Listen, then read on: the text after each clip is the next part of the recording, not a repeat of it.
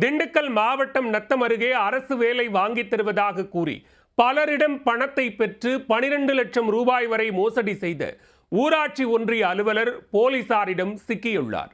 அரசு வேலை கதை கூறி நடமாடும் வேலைவாய்ப்பு மையமாக திகழ்ந்து வந்த நபர் போலீசாரிடம் சிக்கியது எப்படி?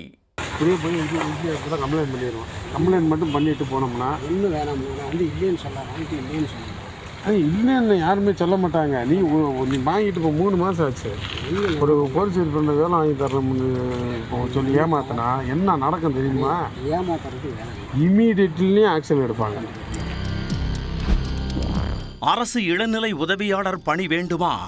சின்னக்கோம்பைப்பட்டியைச் சேர்ந்த முருகனை போய் பாருங்க. அவர்தான் நடமாடும் வேலைவாய்ப்பு மையமாக திகழ்ந்து வருகிறார் என காண்போரெல்லாம் முருகனை பற்றி பெருமையாக கூறுவதை கேட்டு வியந்து போனார் சந்திரன். 47 வயதான சந்திரன் திண்டுக்கல் மாவட்டம் நத்தம் பகுதியில் தனது மனைவி மற்றும் மகளுடன் வசித்து வருகிறார். சலவை தொழிலாளியான சந்திரன் மகள் ரேஷ்மாவை எப்படியாவது படிக்க வைத்து அரசு வேலையில் உட்கார வைத்து அழகு பார்க்க வேண்டும் என கனவு கண்டு கொண்டிருந்தார். அதற்காக சிறுக சிறுக சேர்த்து சில லட்சங்களை பாதுகாப்பாக வைத்திருந்தார். மகளும் தந்தையின் கனவை நிறைவேற்ற பிகாம் முடித்த கையுடன் அரசு வேலைக்காக தேர்வுகளை எழுதி வந்திருக்கிறார். தன் பங்கிற்கு ஏதாவது செய்ய வேண்டுமே என தந்தையின் கடமை உணர்வு சந்திரனை விரட்டியுள்ளது. அப்போதுதான் முருகனை பற்றிய தகவல் அவருக்கு வந்துள்ளது.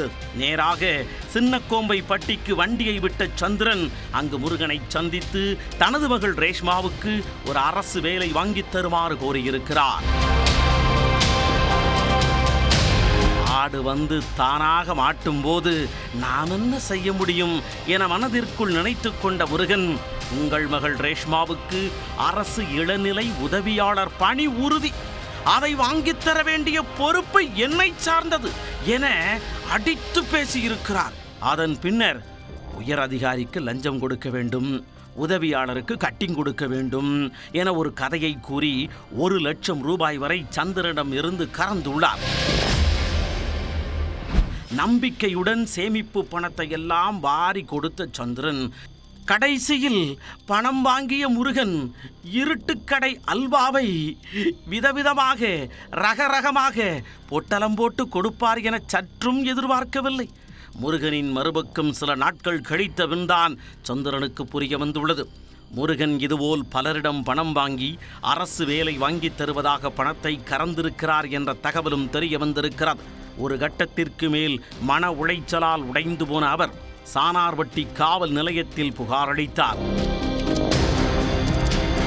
வழக்கு பதிவு செய்த போலீசார் தேடுதல் வேட்டையில் இறங்கினர். வழக்கம்போல் தலைமறைவான முருகனை தனிப்படை போலீசார் சல்லடை போட்டு தேடியதில் கோபால்பட்டி அருகே கொத்தாக தூக்கினர். அவரிடம் விசாரணை நடத்தியதில் கன்னியாபுரம், கம்பிடியம்பட்டி, மதுக்காரம்பட்டி, வலையபட்டி உள்ளிட்ட பல்வேறு கிராமங்களில் கேடி பில்லா வேலையை அரங்கேற்றி 12 லட்சம் ரூபாய் வரை மோசடி செய்திருப்பது தெரிய வந்தது. கம்ப்ளைண்ட் மட்டும் பண்ணிட்டு போனோம்னா இன்னும் வேணாம் இல்லைன்னு சொல்லலாம். இல்லைன்னு யாருமே சொல்ல மாட்டாங்க. நீ வாங்கிட்டு இப்போ 3 மாதம் ஆச்சு. ஒரு போலீஸ் பண்ண வேலை வாங்கி தரணும்னு சொல்லி ஏமாத்தினா என்ன நடக்கும் தெரியுமா? ஏமாத்துறது இம்மீடியட்லி ஆக்ஷன் எடுப்பாங்க. கைது செய்யப்பட்ட முருகன் திண்டுக்கல் ஊராட்சி ஒன்றிய அலுவலகத்தில் தொழில்நுட்ப உதவியாளராக பணிபுரிந்து வந்ததும் தெரிய வந்துள்ளது. இதையடுத்து முருகன் மீது துறை ரீதியான நடவடிக்கை எடுக்கப்பட்டு பணியிடை நீக்கம் செய்யப்பட்டுள்ளார்.